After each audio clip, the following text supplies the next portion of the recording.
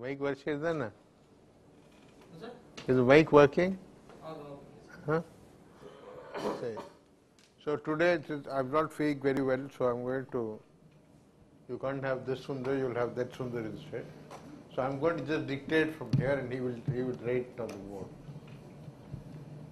Okay. So if you recall, we had stated the polar decomposition theorem in finite dimensions.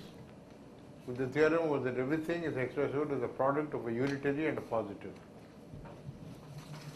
I want to say that cannot be true in infinite dimensions. So suppose x equal to u mod x, where u is unitary. Then you can see that x star x, I should say mod x, write ua, x equal to ua where a is positive.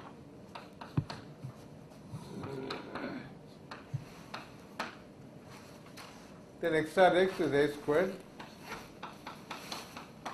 because u is unitary, and by the uniqueness of square roots of positive operators, this means that a must be mod x.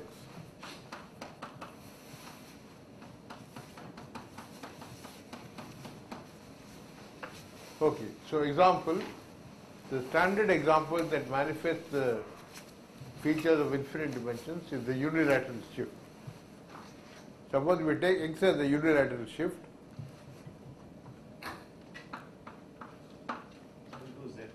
n z plus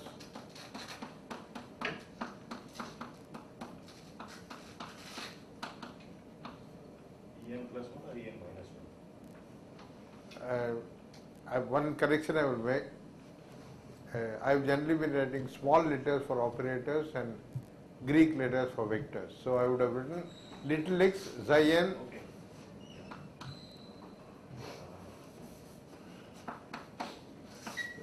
equal to xi n plus 1. Then a property of this x is that although x is not onto, x star x is still equal to 1. Here is an example where you have something which is 1 to 1 but not onto.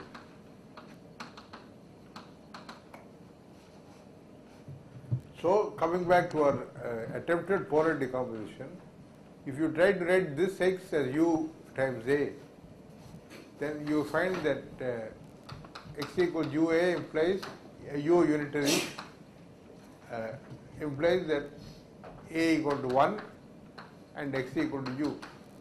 But x is not unitary. So there is a contradiction. So this is why you cannot expect this in infinite dimensions.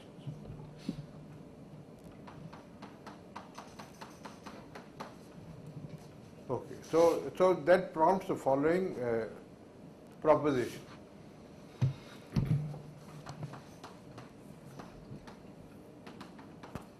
Let U it be of HK.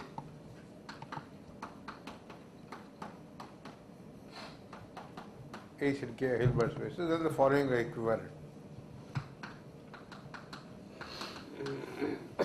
1, U equal to U star U. 2, P equal to U star U is a projection. 3, U restricted to kernel perp of U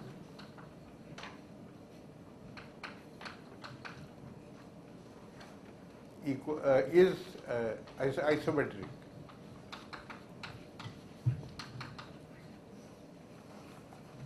Such a U is said to be a partial isometry.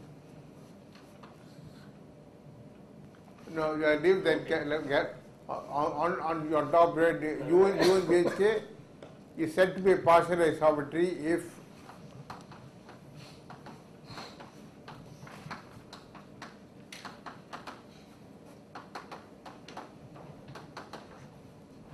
the reason I wanted to leave a gap there was, now against 1 you write 1 star,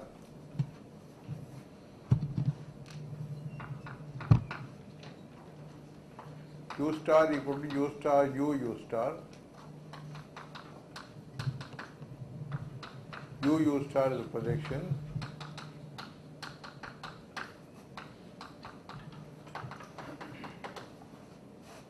And same thing, U star restricted to kernel U star perp.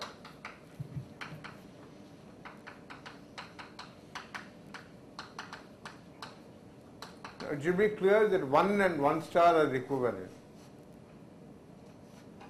So if I prove that 1 to 3 are equivalent, then it will be clear that all 6 conditions are equivalent. And so in particular you find that if U is a partial isometry, so is U star. Okay, let's quickly run through the proof.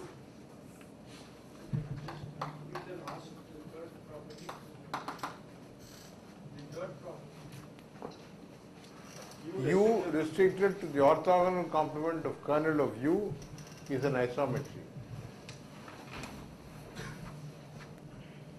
Okay, proof 1 implies 2. P is clearly self-adjoint and P squared equals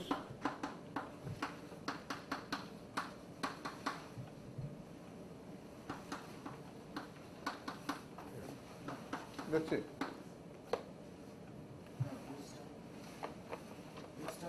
U is U star U. So P is U star U, not U star.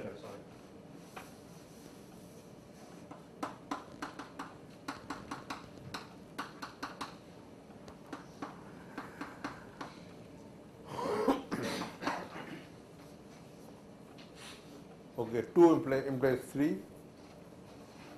Let us write M equal to kernel range P.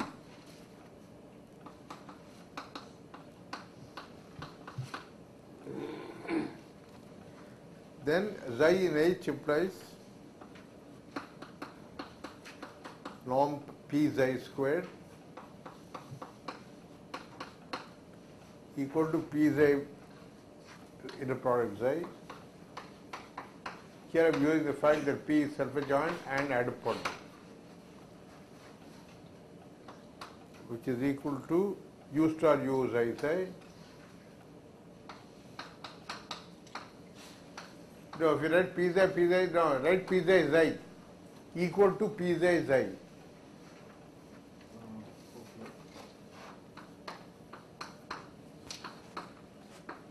Equal to, because P is idempotent and self-adjoint, so that is U star U xi xi, which is norm U xi squared.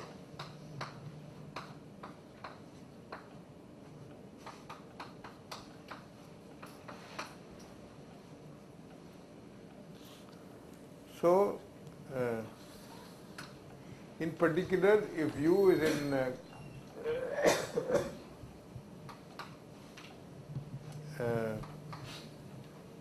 if U is in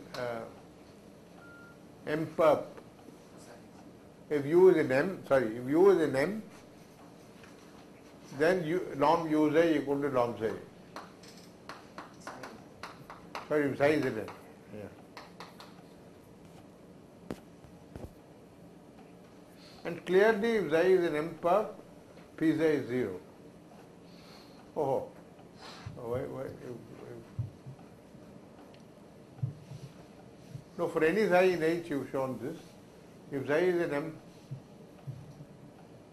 perp,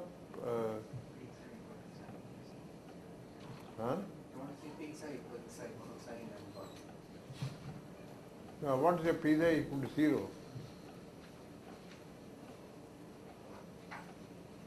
This will give you that kernel of U and kernel of P are the same.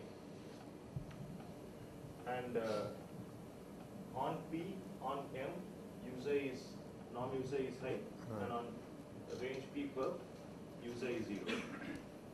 Why range P perp U xi is 0? Because range P perp P xi is 0. Why? Range P perp is kernel of P. Oh, you're given that P is a projection. Yeah. Sorry. You're given that P is a projection, so on M perp P xi is 0. Yeah. And so U xi is also, so P is, so So anyway, you didn't need that. This shows that U restricted to current U pub is an isometry. Right? Because, Another observation. So that shows that current of U equal to current of P equal to M pub, and U is isometric there.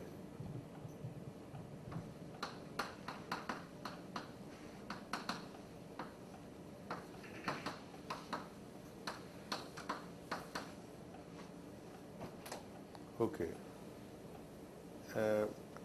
I could find a clean way of doing 3 implies 1, so let's do 3 implies 2 implies 1. 3 implies 2. Let M equal to kernel pub Q.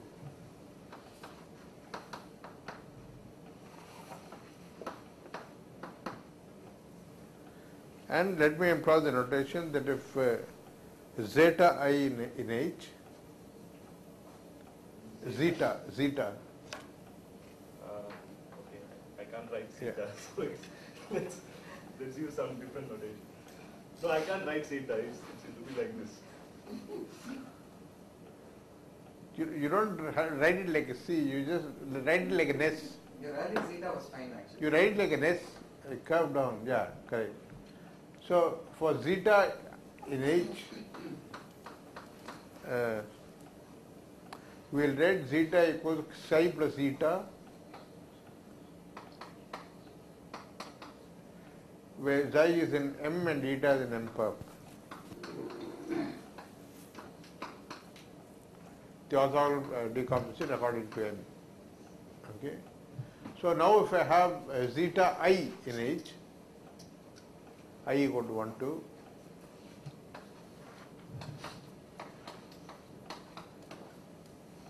Then compute U star U zeta 1 in a product zeta 2. Right now, start from top right. U star U zeta 1 zeta 2.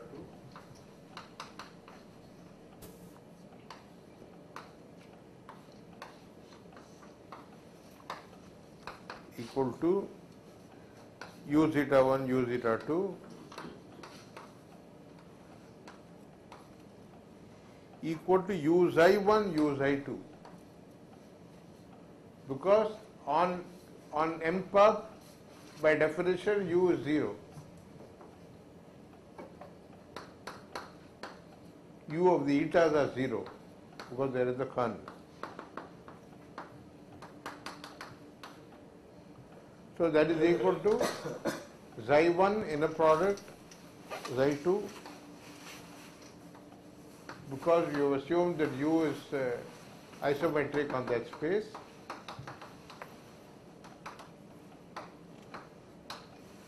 which is equal to xi 1 inner product zeta 2.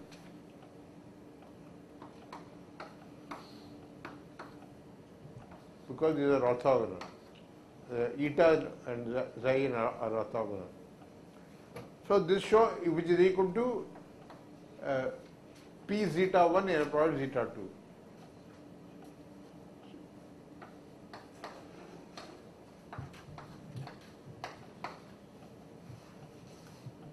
So I am writing P for the orthogonal projection onto M.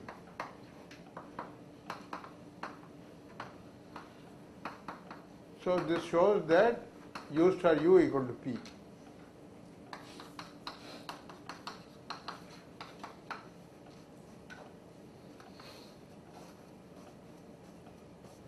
Okay. Okay. So finally 2 implies 1. Let's finish the circle.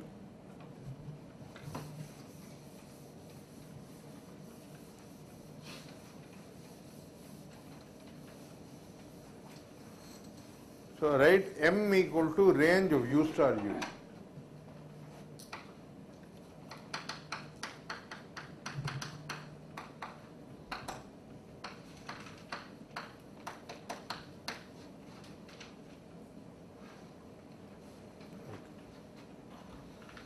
But then M pub equal to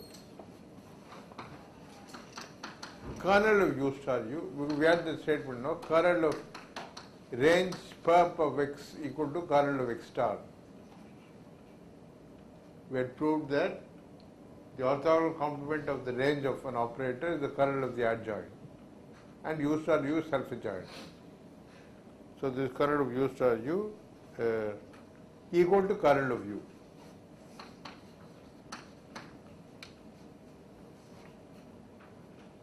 And so if psi in M and eta in M perp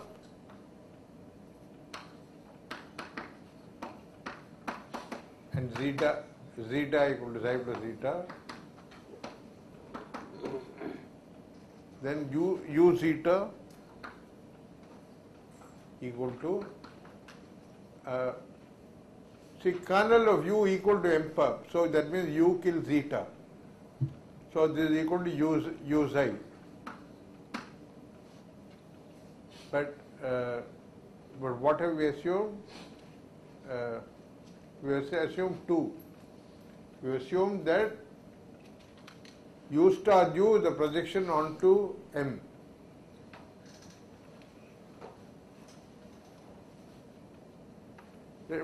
See, our assumption is two, which is that the u star u is the projection onto M. So that means psi is equal to u star u psi. Equal to, write down equal to u star u zeta.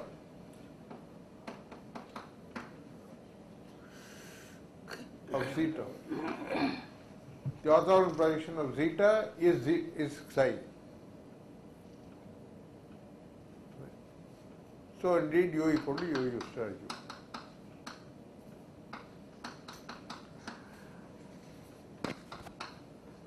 Okay, so that completes the proposition, and as I said earlier, I ask you to observe that indeed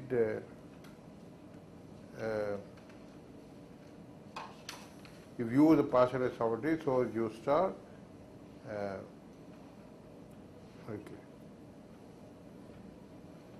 Okay, so now let's get to polar decomposition theorem. Polar decomposition.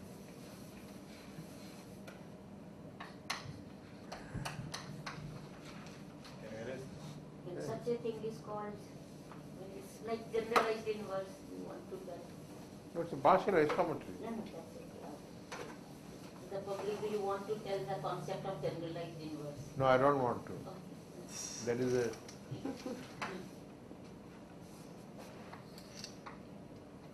a polar decomposition.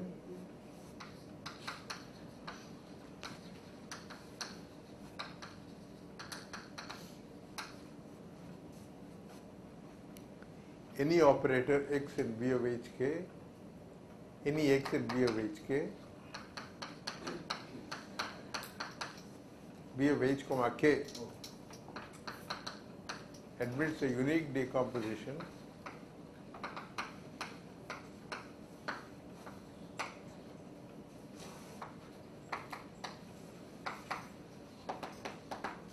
x equal to ua, where one u in B of hk is a partial isometry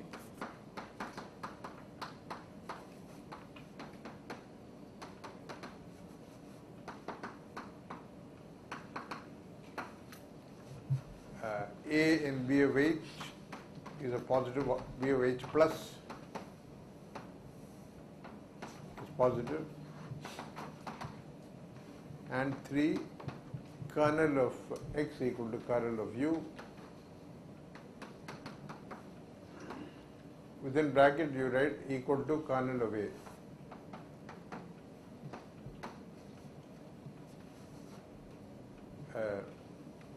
And you can further, this A is equal to mod x.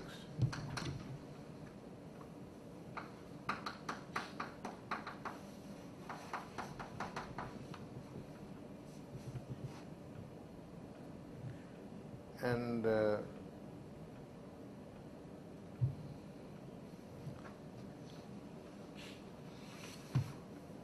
also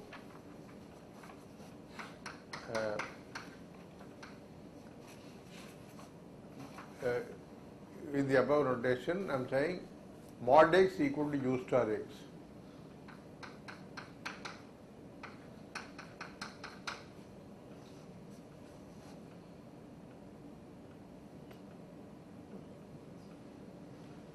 Okay, so proof.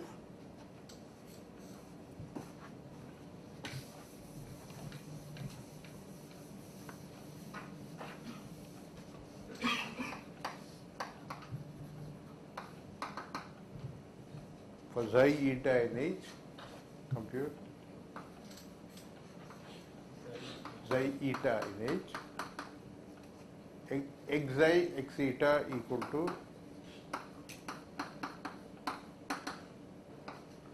x star x xi eta equals mod x squared xi eta equal to mod x xi mod x eta. Okay, so this shows that the association mod x xi going to x xi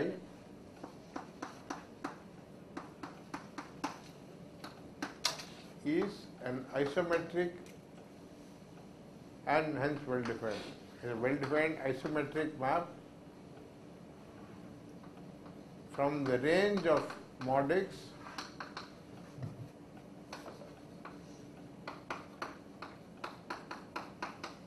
to K.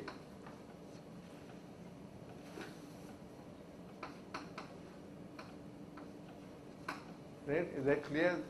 Whether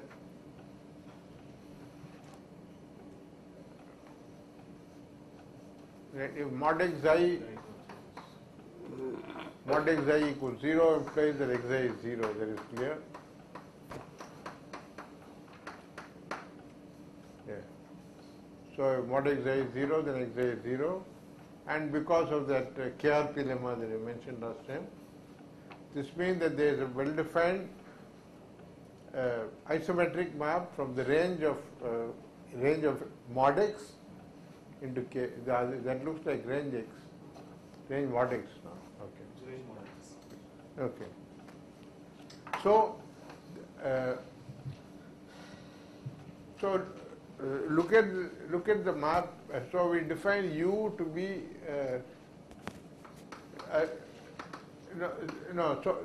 so this extends by continuity to an isometry from range mod x closer into K. So conclusion, there exists an isometry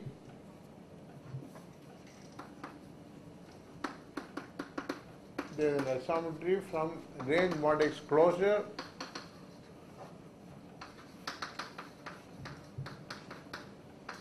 into K such that this happens. Maybe we should call it U naught because it's only defined on part of the space right now. Now I want to define that U naught in the entire Hilbert space by projecting onto range mod x and killing everything else. So I want to say let U be define U xi equal to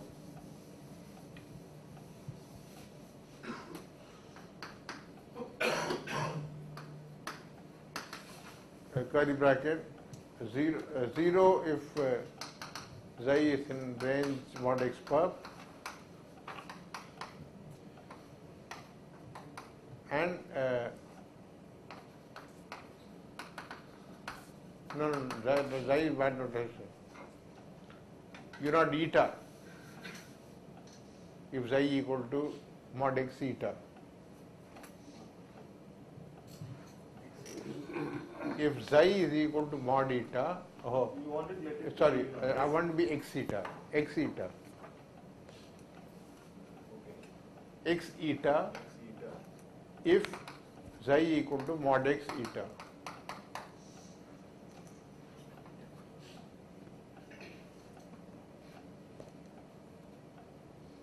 Okay. On the range of mod x, you define it as u0.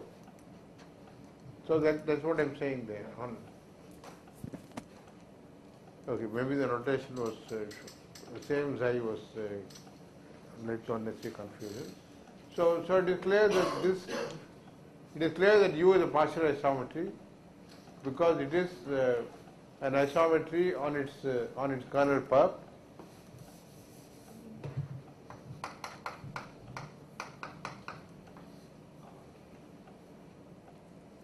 No, you have to use U naught. No, this does not define it. But that is what U naught is.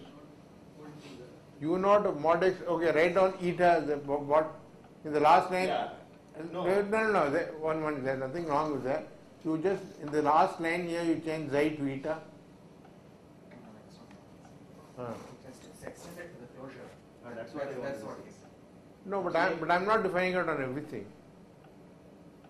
Okay. Okay. You want to say U naught. You want to say U of. Okay, right. U mod x of eta. No. I want to U write naught like of this. xi, that's all. I want to write U naught of xi. Sorry. That's it. Right.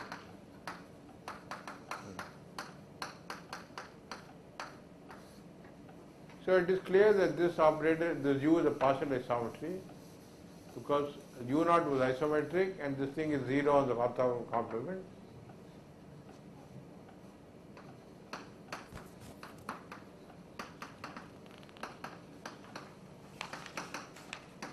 And it is also clear that x equal to U mod x.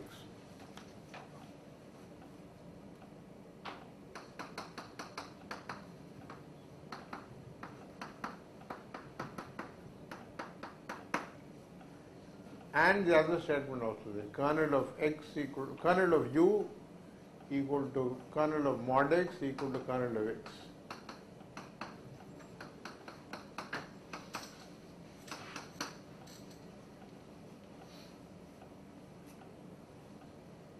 Okay, for the uniqueness statement, suppose x equal to v times b is another decomposition.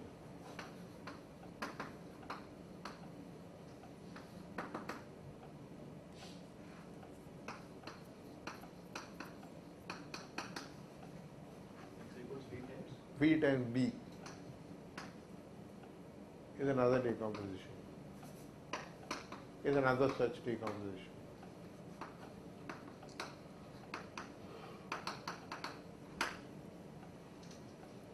Then x star x equal to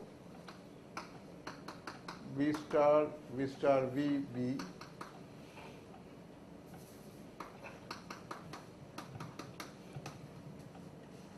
but the point to note is that v star b is the identity on the range of b.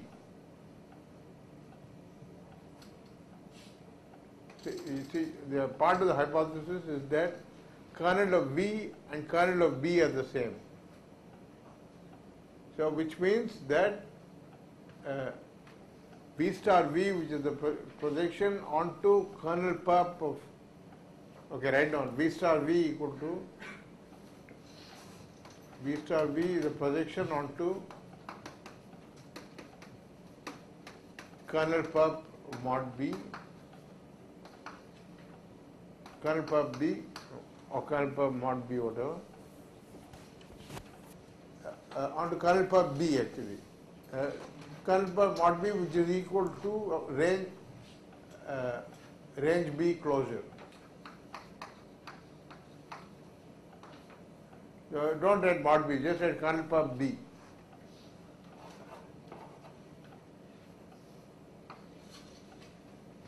The kernel perp of anything is the of b star. What am I writing? Range b star closure. What am I saying?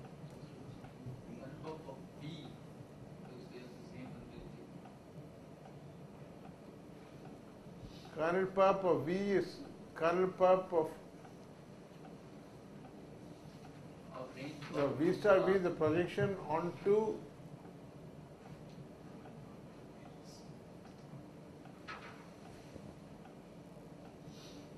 which is kernel perp of b. But the uniqueness statement you have stated is curl x equals curl u. That bracketed thing is extra. Okay, so we want, okay, kernel perp of v equal to kernel perp of x.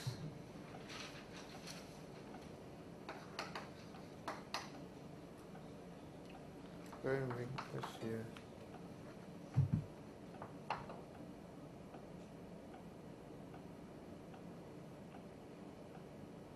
Equal to kernel pub B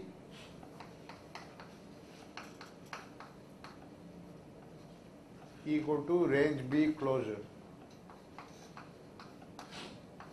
because B is self-adjoint. See, I'm using the fact that the kernel of X and kernel mod X are the same, which we've already established before, and that a previous remark that kernel X star equal to range X closure.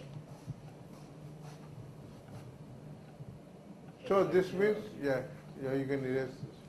So this means exactly as in the proof that when we looked at the polar decomposition of something wanting to be unitary in the polar part, this will mean that X star X equal to B star B equal to see, because B star B is the projection onto range of B, so that is just B star B.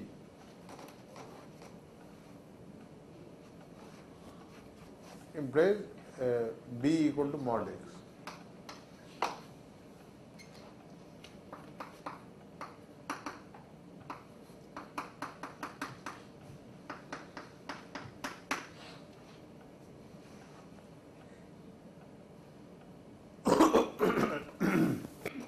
And once B is mod X, both V and U agree on range of B.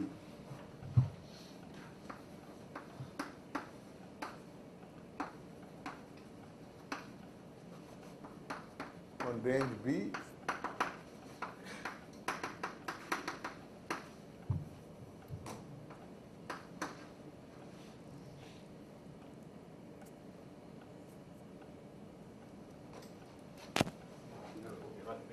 range mod X.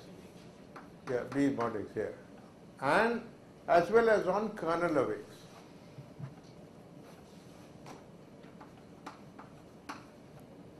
On kernel X, which is equal to kernel V, which is equal to kernel U by definition. So on kernel X, they are both 0. On a dense subspace of kernel pub, they agree. So they must agree everywhere.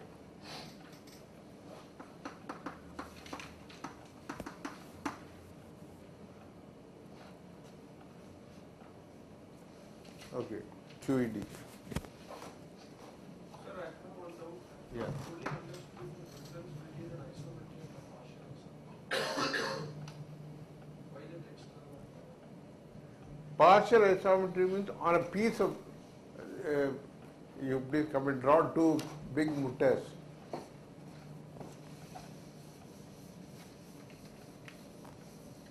Draw two big ovals and cut one, don't do exactly halfway, do it on different sizes. This can be smaller. Yeah. And write kernel mod X below, mod X. On top you write kernel pub mod X.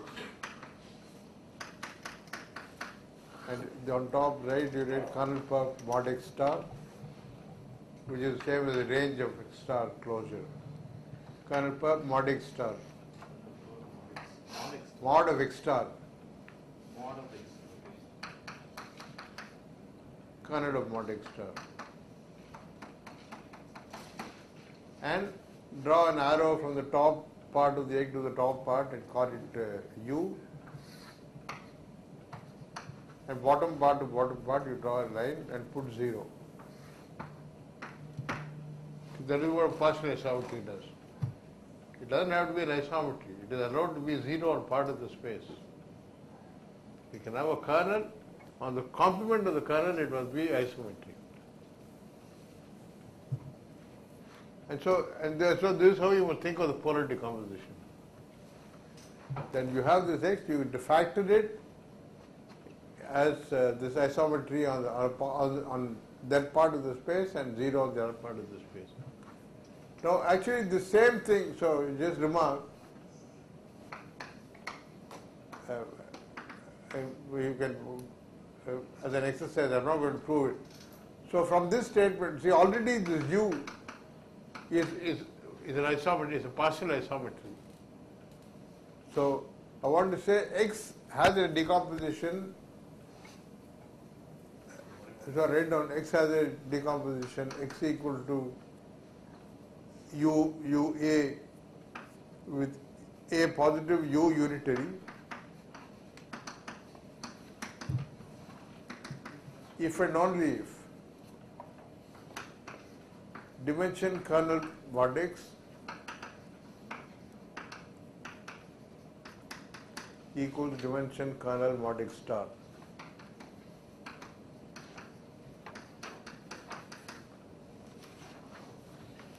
See, in the polar decomposition, one way, the polar decomposition, you already have an isometry from part of the space to another part of the space. If the bottom parts have matching dimensions, then you can find a unitary between those pieces and pack these two to get a unitary over here. And conversely, if you have a unitary going the other way, if you have such a unitary, then as we said before, A has to be parity and whatever, A has to be mod X. Anyway, I leave the details that X says. So, okay, another observation I want to make is that with the same, erase the right half.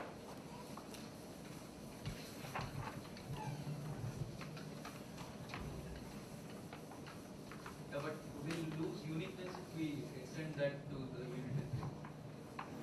unitary. There's no question of unitary.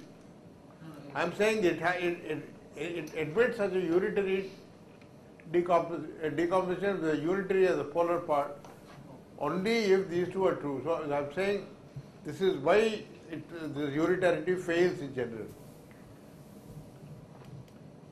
I'm not saying anything about uniqueness. Because as you saw this thing, the decomposition says nothing about what happens on kernel mod X. Because that says only something about what that U does on the range of A. Okay, the other thing I want to say is that U implements a unitary equivalence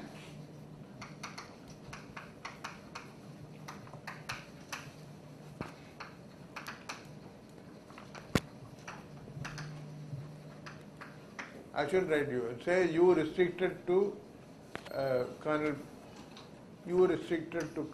perp of mod X implements the unitary equivalence of mod X restricted to kernel perp mod X and mod X star restricted to kernel perp mod X star.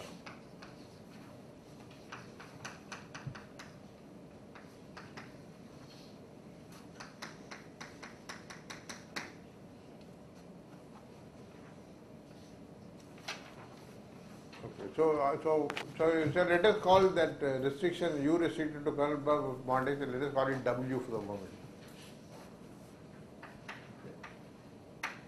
So I'm saying it should be fairly clear that I have a comment here where I've said this. Maybe I just refer to this comment rather.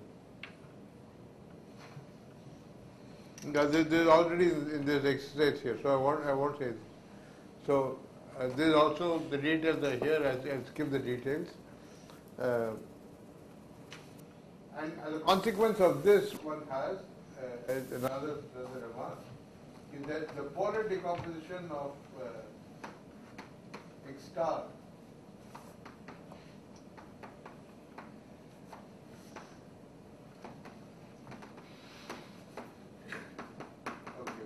Okay, there is a slight subtlety that I want to make here. What we call polar decomposition should probably be called the left polar decomposition.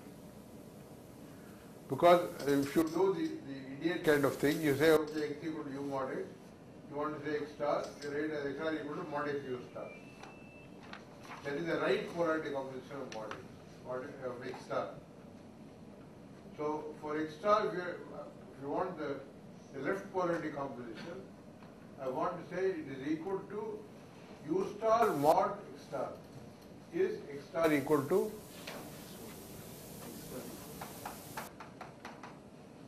star mod x star. I'm saying U is the polar decomposition. the polar part of x, yeah.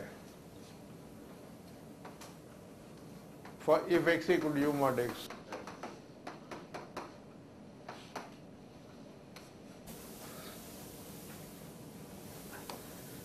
Okay, this just requires a little thought because it says that then it follows from that thing because W is going to conjugate.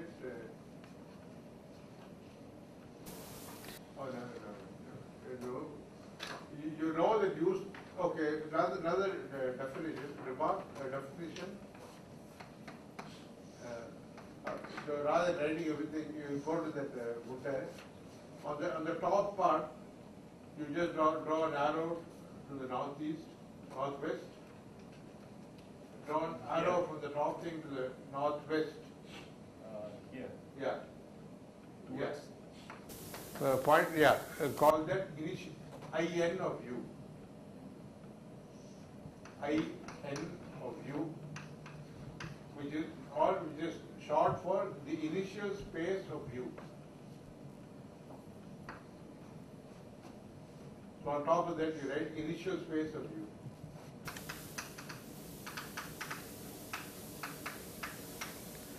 There is the part of the domain where u is isometric is called the initial space of u, and the other thing is called the final space of u, or pin of u. And similarly, we'll talk about the initial projection of u and the final projection of u, which will respectively be u star u and u star. Right? This is U star U and that is U star. Right? That is the range of u star u. Ah,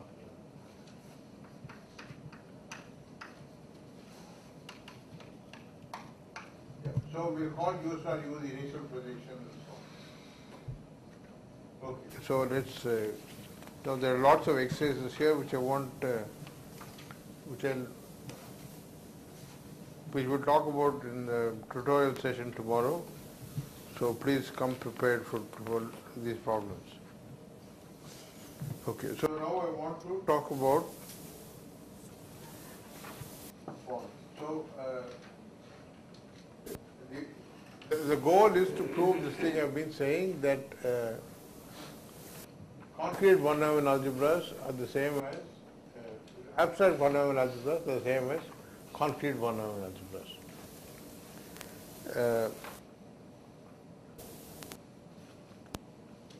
Okay, so we to see. So that goes through an analysis using linear functionals, positive linear functionals. So.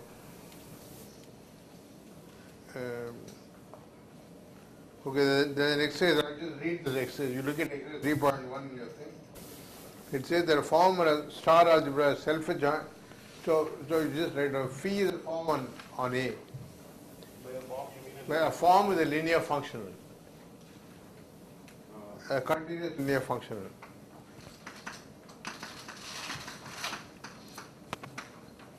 So if phi is a form on A,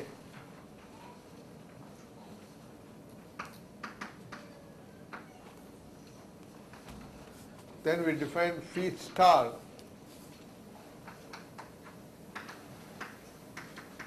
to be another form on A by phi star of A equal to phi of A star the whole conjugate, and verify that this is again a linear functional and so on. Okay, and then one has this exercise that says that any form admits we say that phi is self-adjoint if phi equals phi star.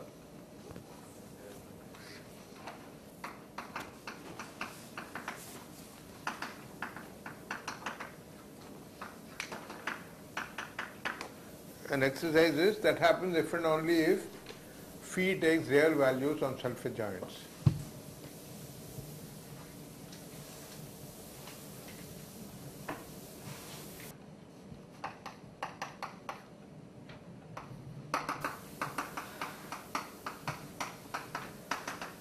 if and only if phi of AH contained in R. A subscript H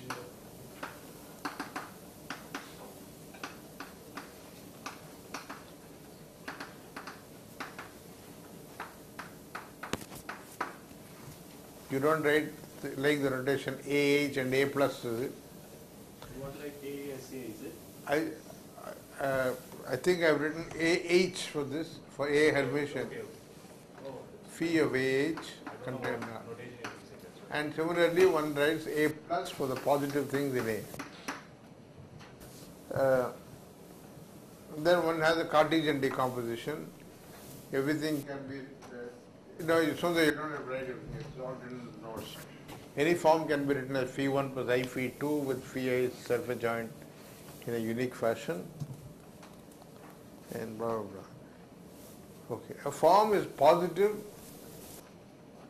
if phi of A plus contained in R plus.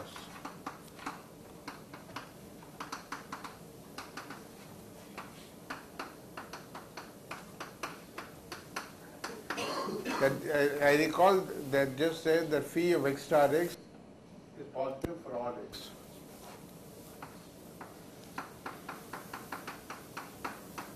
So here I am assuming tacitly that A is a C star algebra. One can look at more general kinds of star algebras, but my algebras will be at least C star, usually even polynomial. Okay. Lemma Cauchy-Schwarz.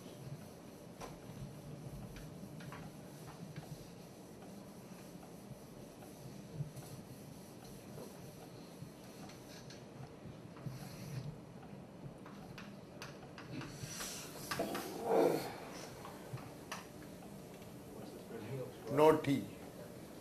Correct? Correct. So phi in A star plus, let phi be a positive form.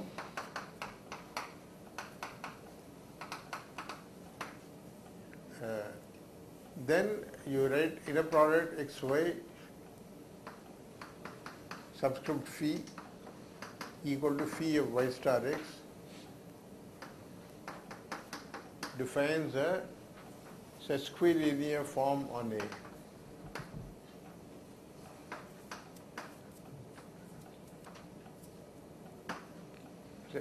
Linear, correct. Linear form on A, which is positive semi-definite, meaning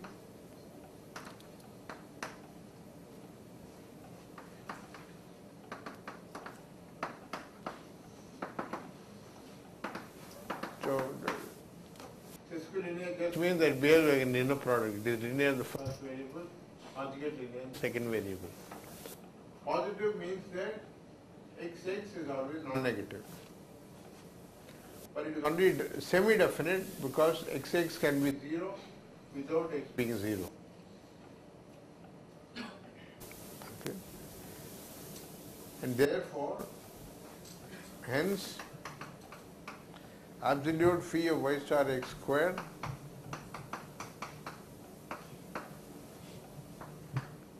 less than or equal to phi of x star x, phi of y star y.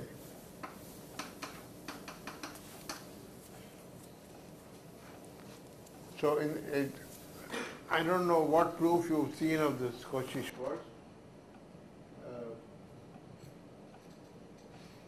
Usually with an inner product you see this inequality and you prove that this, I should have written that absolute xy squared less than or equal to norm x, norm y kind of thing.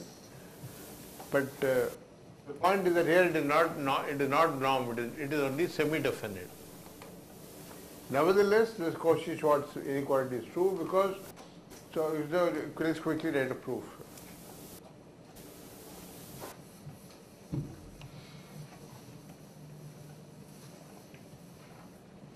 First note that x plus ty, x plus t. The first notice that xx or zz, z in a product z is non-negative for all z.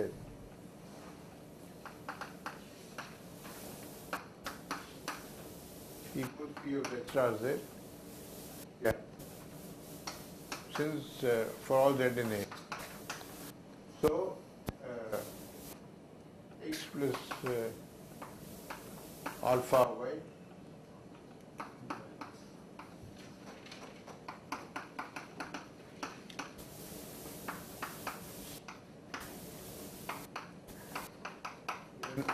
why no alpha, that's why I said alpha, not T. Alpha and C. Then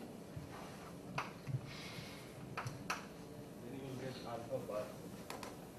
So if you do the thing, then you have xx plus yy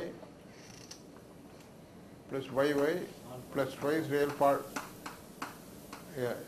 alpha bar plus twice real part of alpha times yx.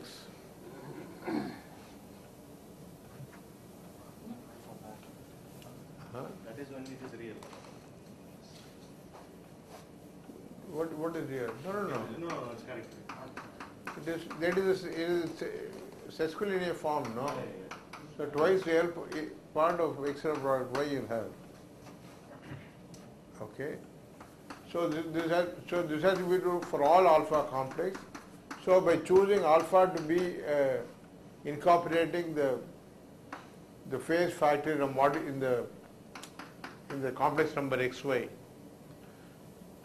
you can assume that xy is positive. See, write xy equal to r e to the I theta. Okay, write yx equal from there before.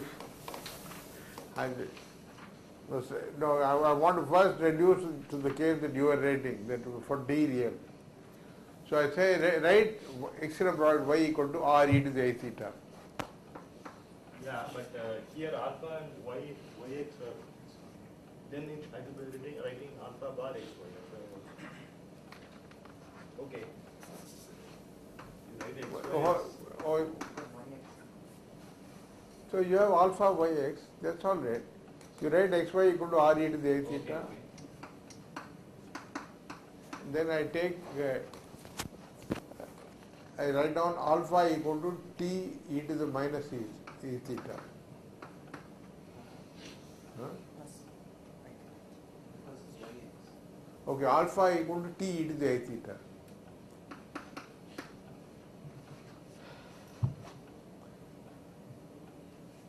But then how do you know that t is real? I should have done it the other way now. You are substituting this for alpha. Yeah, not xy. I'm taking xy, alpha equal to t e to the I theta. Yeah, sorry, remove that xy line. That is No, xy is r e to the I theta, then you take alpha equals t e to the I theta for t real. okay, Then that part okay, for t real. And then that becomes, one becomes mod alpha squared yy or t squared yy plus 2t yx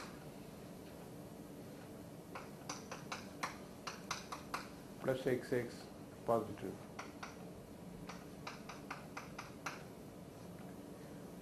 But now you see that you have a quadratic polynomial t which always wants to be positive.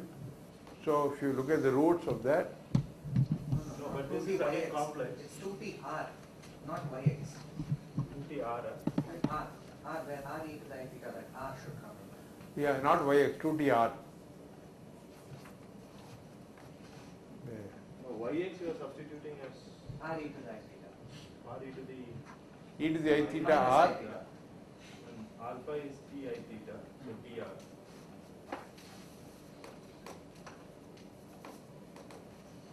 And now everything is real, and you have a real quadratic which is always positive, so that b squared minus 4ac must be negative for the quadratic. And then if you write down that b is 2r, and so it says that 4r squared less than or equal to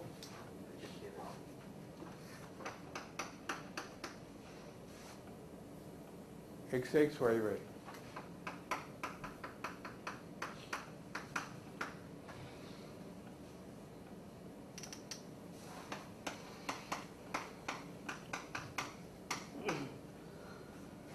Correct. So we have the Cauchy-Schwarz inequality for forms.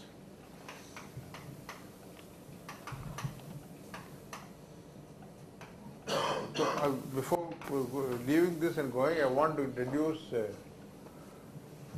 two important corollaries of this, or at least two corollaries of this. First, I want to say that given such a phi,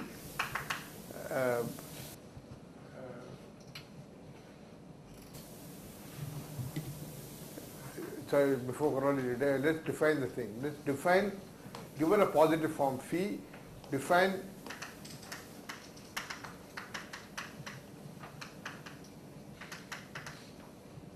rad phi, radical of phi, equal to, define that equal to set of all x in A such that phi of x star x is 0. See, you're trying to define an inner product by the equation. This is all those vectors which want to have zero norm. Okay? So the first statement I want first a corollary to Cauchy-Schwarz.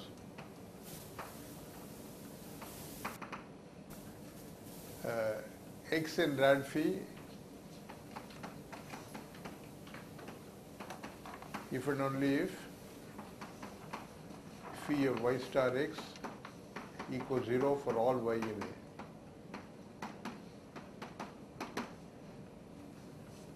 One implication is obvious, the other implication is a consequence of Cauchy-Schwarz. So, in particular implies rad phi is a left ideal in A.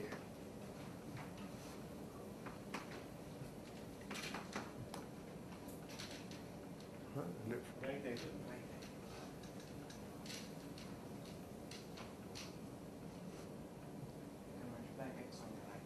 What do you mean? Multiply x on the left, multiply x by any z, it is still there. You say that phi of anything times x, one of the few things I know, you're thinking. See, it says two things. First, if you just look at the equation defining rad phi, it is not even clear that that is a linear space. You're making a quadratic requirement and you're saying that that is actually a linear space. But that follows because of this reformulation of being in rad phi. Phi of y star x is 0 for all y. If x satisfies that and z satisfies that, then linear combinations of x and z satisfy that. And this also shows that x multiplied on the left by anything will also be in, so it is a left ideal. So that is the first thing. And the second thing, consequence is corollary. Again, phi positive.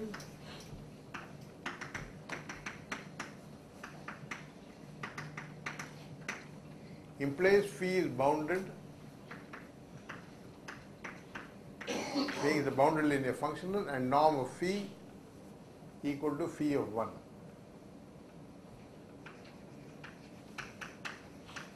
So I am assuming in all this that A is a C star algebra with identity.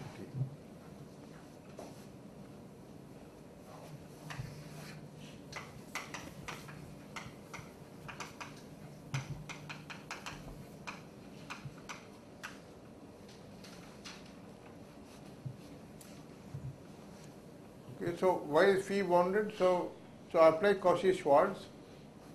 So proof of corollary 2.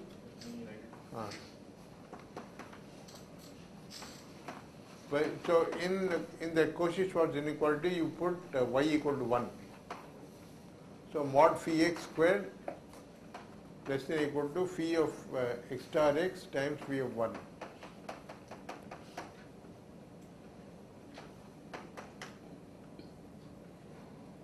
But phi of 1 is less than or equal to, no, phi of 1 is not. No, x star x is less than or equal to norm x squared times 1.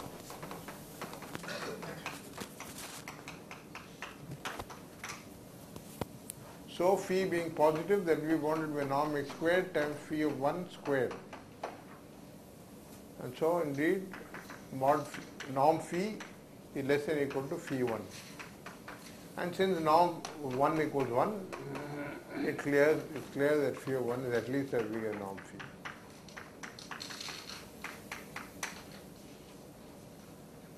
Okay, so that's another corollary 3.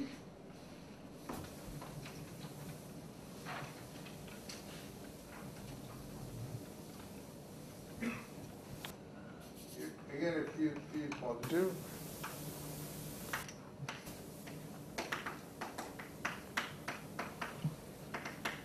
and suppose y is in A. Y is in A, define psi of x, psi of x, no, of x equal to phi of y star xy. Then psi is positive.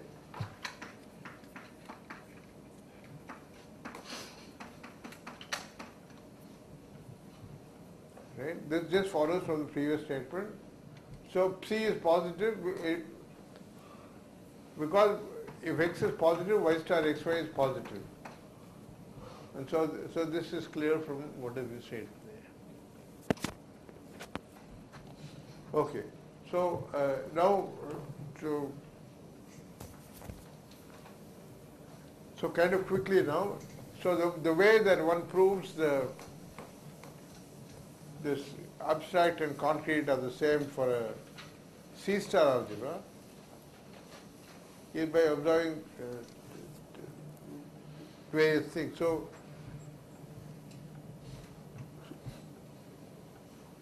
one first, okay. So let phi be positive. So don't keep write phi in A star plus.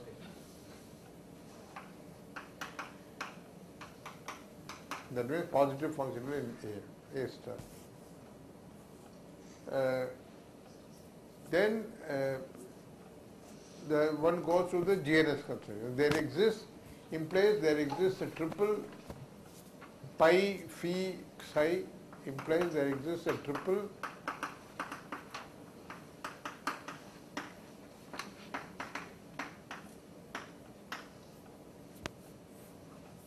where pi phi mapping A to H phi is a representation, B of H phi is a representation. That means a star homomorphism.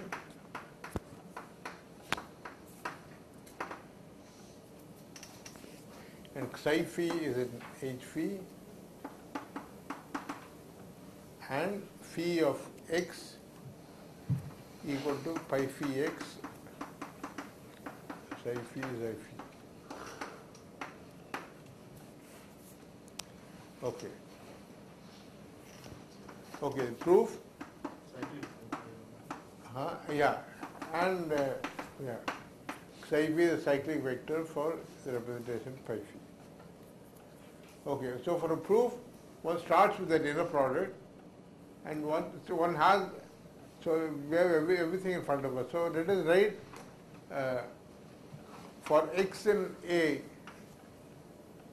let us write x hat, little x hat, equal to x plus rad phi.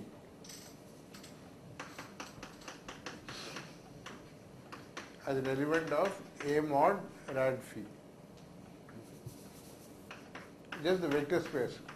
A rad phi is a vector subspace of A, and so you can take the quotient space and you look at that the quotient of x and you call it x hat.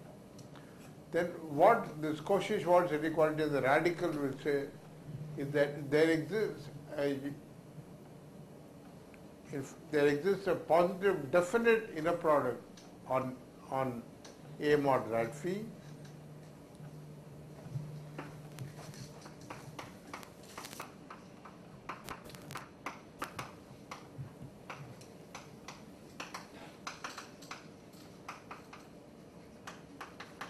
such that x hat inner product y hat equal to phi of y star x.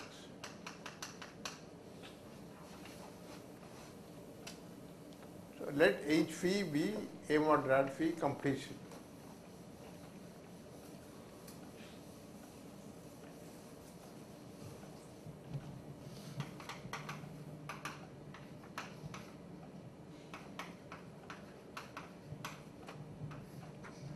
Completion with respect to norm phi. Is this notation okay? I just took the closure. No, that's all with your habit of writing quotients vertically is slightly confusing.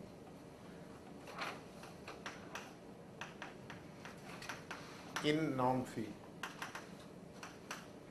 Norm subscript phi, which is the norm, Hilbert norm coming from the inner product sub phi.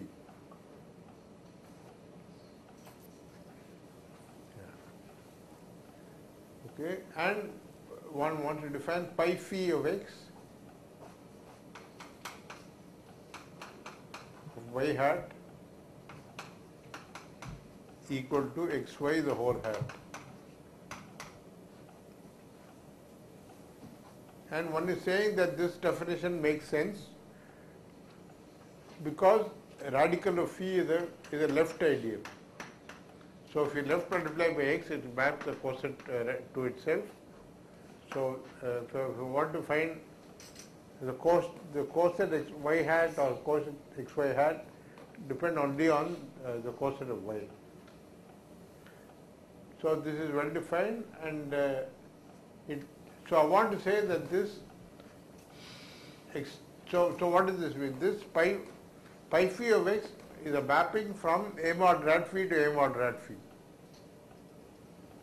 I need to verify that it is a bounded operator on A mod rad phi with that norm phi.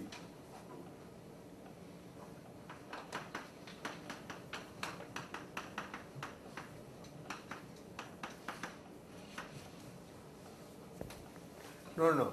So that requires some verification, right? So to do that, what should I check? I should check that norm of pi phi x y hat less than or equal to constant times norm y hat.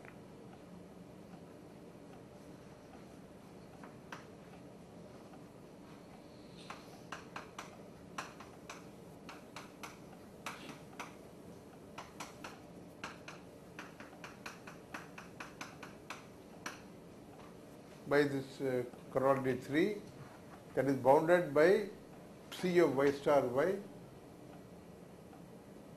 times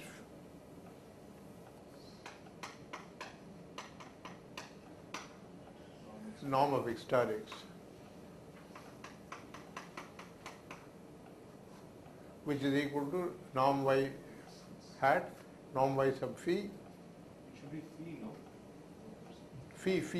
Phi. So actually you rewrite the thing as the norm, no, right below that, norm of xy the whole hat. No, start a new line, right? No, come to the left side, right? Norm of xy the whole hat. This one's here, no? You want to write it again? No, that is inner product. You please. Okay, you want to write it again? I want to write norm of xy the whole hat subscript phi less than or equal to norm of x times norm of y hat sub phi. Then we can write norm x sub a.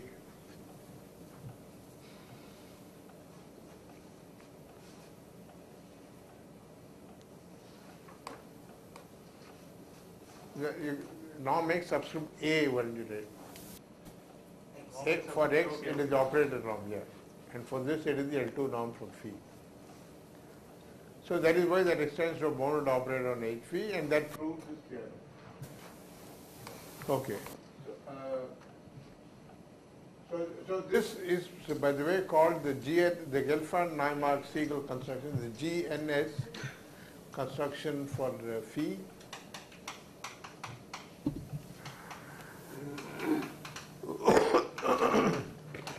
which to any positive functional associates a representation and a cyclic vector. Okay, so so the next thing one wants to say is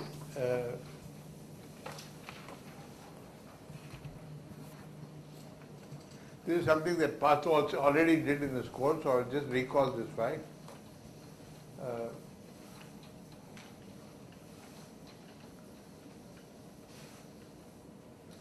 No, let's continue with this. So let x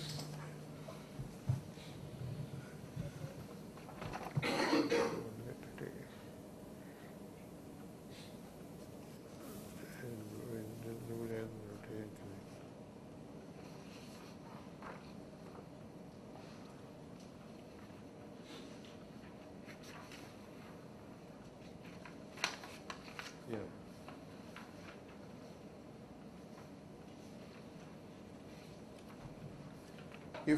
If x in A is self-adjoint,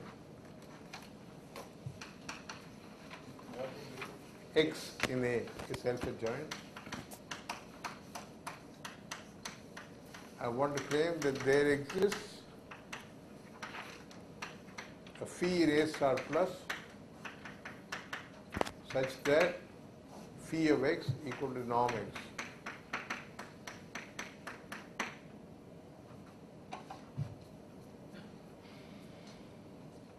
Proof, let A naught be C star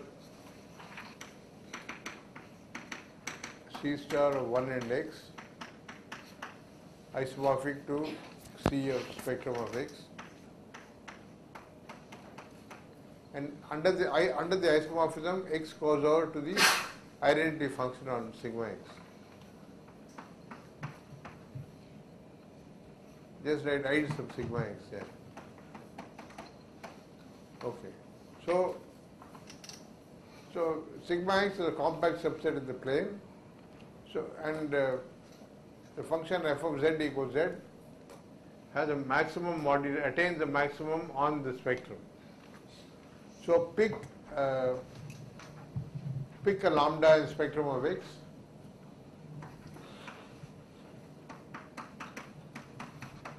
Such that mod lambda equals spectral radius of x, r of x equals norm of x. And then look at the, so call that mapping isomorphism something.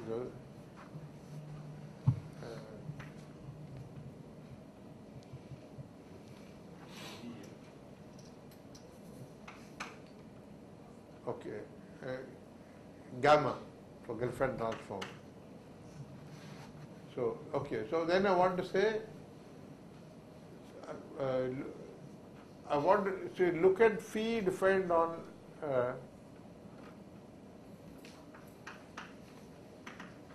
define phi of y equal to define phi. Sorry. Let me go back. In the first statement, please change that phi to phi sub x. Yeah. Okay. Now I want to define phi sub x equal to phi sub x of y equal to gamma of y evaluated at lambda. And then that phi sub x is indeed a positive functional and it has a desired property.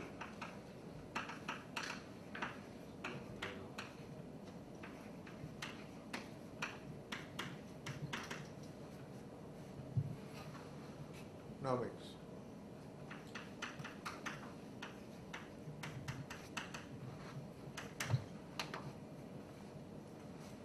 Yeah, and just observe, make a remark there. So we proved this thing, so that the other ingredient we want is the GNS thing. No, You're saying it's the positive bond that is not true. positive on A naught, and then you have to do the Hahn-Banach extension. Yeah. Extension is the third. just on that A naught. Okay. Then do Hanbana. So, okay, apply Hanbana and you get that thing.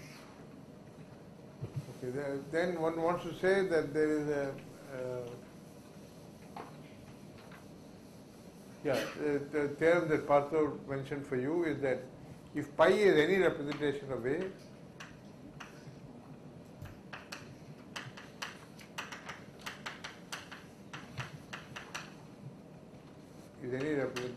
and if y is in A,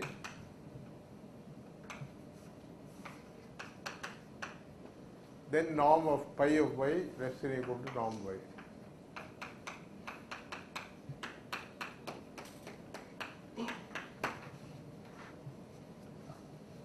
So this fact would have before that any representation is contractive. So now what one does is you take direct sum over all x in A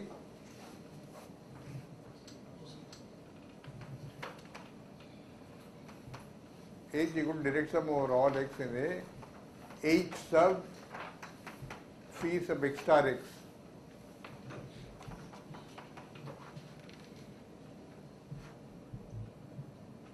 And pi equal to direct sum over all x in A, pi sub phi sub x star x.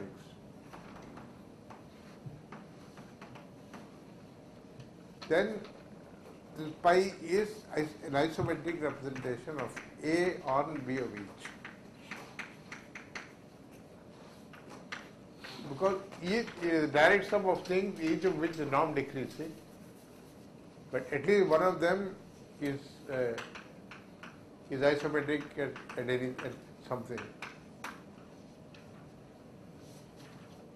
So this is what is involved in showing that every abstract C-star algebra admits a representation,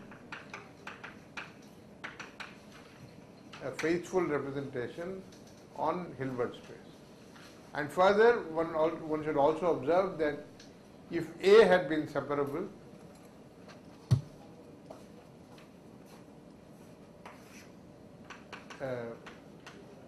if A was separable, you can choose a dense collection extends AH admits a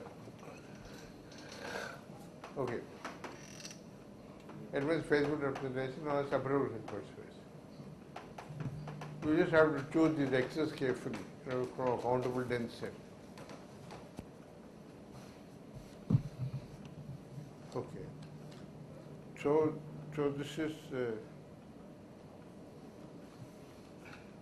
this is for the C-star theory. So now we have to get into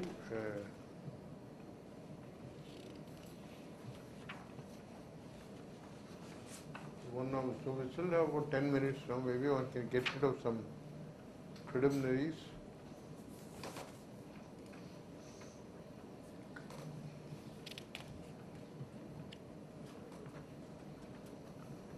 Okay, so let me do this one little. So we'll now get back to Varnam algebras.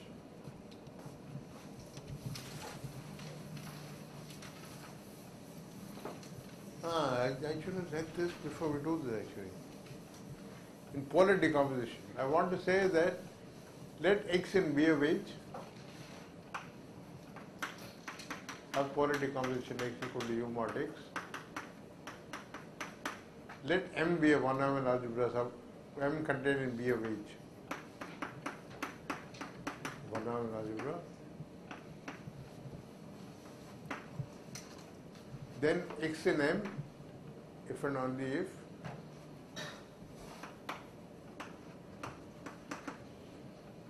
u and mod x are both in M. U comma mod x in M.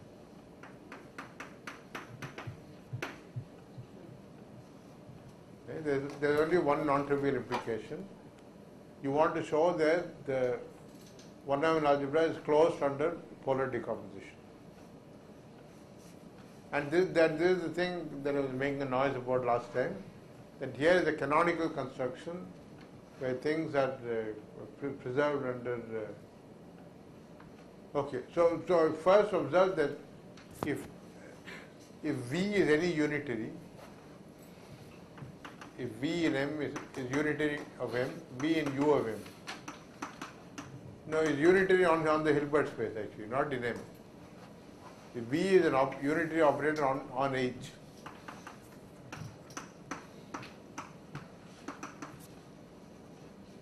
V belongs to.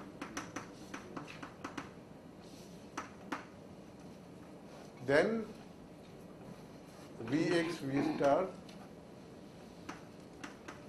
polar decomposition of Vx V star, I claim, is equal to the obvious thing, Vu V star times V mod x V star. One just has to observe that Vu V star is a partial isometry, V mod x V star is positive, and they all have the same kernel. So this is the polar decomposition of Vx V star. Okay. So now,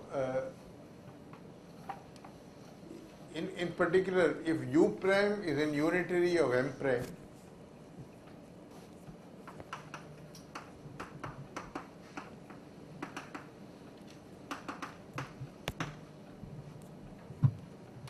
then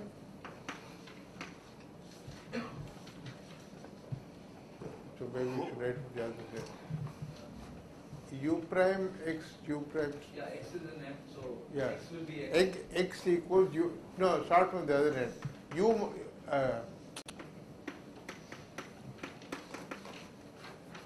X equal to U prime x U prime star equal to U prime U prime star times U prime mod x U prime star implies U equal to U prime U prime star. Because they are both the polar decomposition of X, therefore by uniqueness of polar decomposition, U prime U prime star equals U and U prime mod x U prime star equals mod x. And you push the U prime over to the other side, you conclude that U and mod x commute with every U comma mod x belong to U of M prime, the whole prime.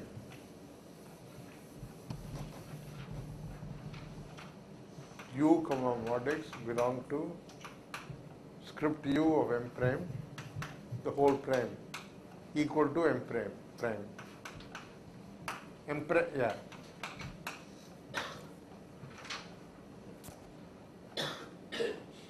So the polar decomposition is one such instance of a thing that does not take you outside of one another. Okay, so we can stop here, I think, and continue next time. Thank you, Sundar.